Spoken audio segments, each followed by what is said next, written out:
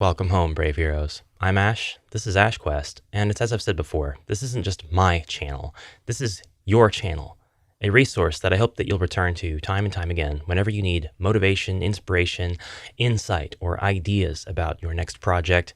And to that end, I would like to focus a spotlight on other members of the broader communities that I'm engaged in order to get more awareness, more linkage, more community interaction going on. And so to that end, I would like to introduce you to two fellow HeroQuest enjoyers who are also content creators. And listen, horns? Oh, they're here. Hello, heroes and Zargons. I am Alfred, and this is the Trials and Tribulations of Zargon, a series which details the many ways in which the Emperor's heroes foil Zargon and his minions in their plots to conquer the Empire. In it, we'll review the published quests and the house rules or modifications I'm using to make the game more interesting and challenging. My heroes this campaign are played by a single experienced player, so they cooperate, share resources, and are wise to the wiles of Zargon. AelfricHQ is a YouTube channel ran by Matt and Dave, who consistently provide insightful takes on their experiences playing individual quests in the form of their video series, The Trials and Tribulations of Zargon. Both of them real-world educators, they are actually able to explain a lot of the concepts as well as their unique viewpoints in very clear, concise ways, and quite frankly have a scholarly approach to various homebrew topics. Just listen. In this episode, we'll cover my approach to house rules and the house rules that we're currently using to govern hero and monster actions in the dungeon. In later episodes, we'll cover some of our house rules regarding out-of-dungeon activities. At the time of recording, we've completed the entire original quest booklet, but I introduced these rules slowly over the first couple of quests because I wasn't sure how much my player wanted to modify the game. As I review the quests in later episodes, I'll share the rules that were in play. So, let's get into it. First, design philosophy. I want to capture what makes HeroQuest great and increase the challenge by introducing strategic problems for the heroes. The key words that really attract me to a series like this are get into what makes HeroQuest great and fun for the heroes. These are 2 points that can often be very much overlooked by a lot of folks who create homebrew. Great homebrew, albeit, but homebrew that can't really be enjoyed by absolutely everyone who wants their game to maintain that sort of spirit of consistency that it has. But this is more than just a homebrew rules channel. We also have takes, sort of like reviews on the individual scenarios themselves. Just listen to this. In this episode, we'll cover Quest 5, Melar's Maze. We completed this quest out of order, though only because the pages stuck together when I flipped through the quest book. The quest Hold on. This quest was completed out of order because the pages stuck together. That happens. It happens sometimes. As you search for the talisman, beware of many traps and deadly monsters. My hero player did not take this last line to heart, and I took great joy in watching his heroes bumble into nearly every trap in this dungeon. More on that, and on traps in general in a moment. If the lair of the Orc Warlord presents a linear dungeon, Melar's Maze is anything but. The heroes begin in the northwest quadrant, and while there is one exit from the stair room, the path branches pretty quickly, offering heroes 2 options for navigating the northwest quadrant and a 3rd option for bypassing that quadrant altogether.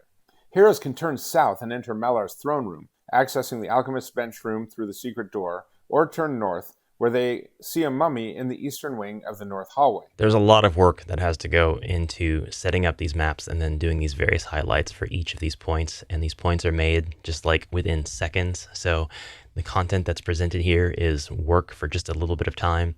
I respect that. It is a dedication to the craft of the review, and I really like that. So it also makes things super clear visually, and it really gives you the impression that this, from a design standpoint, is authoritative. It is well researched and studied, and it's going to be informative in some way or another to your campaign, whether you are Zargon or the heroes. Don't look at this if you're the heroes.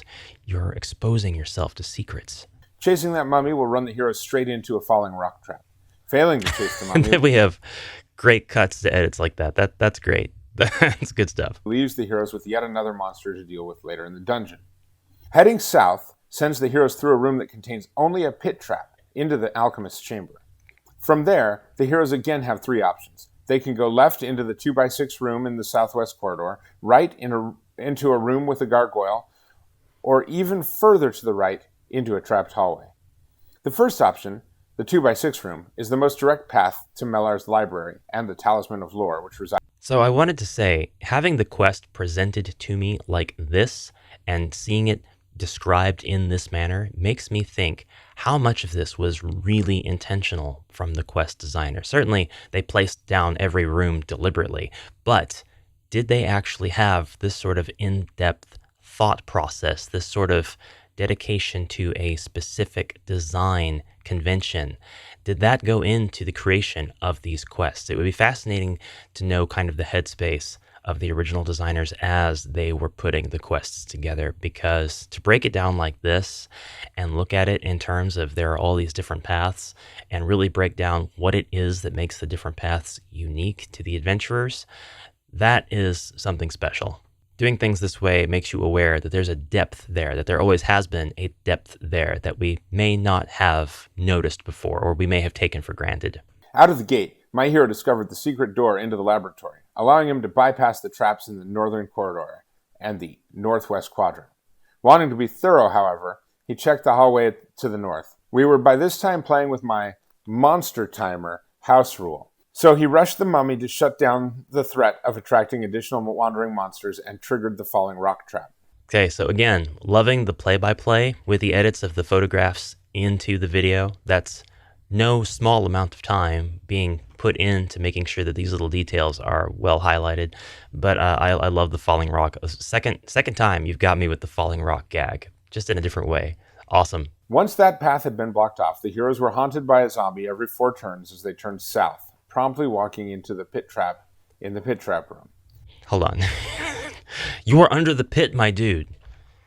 My brother in Crom, you are under the pit. But that's not all. We've got a couple of shorts that I actually really wanted to show you. So, final thoughts on the Frozen Horror Quest Pack.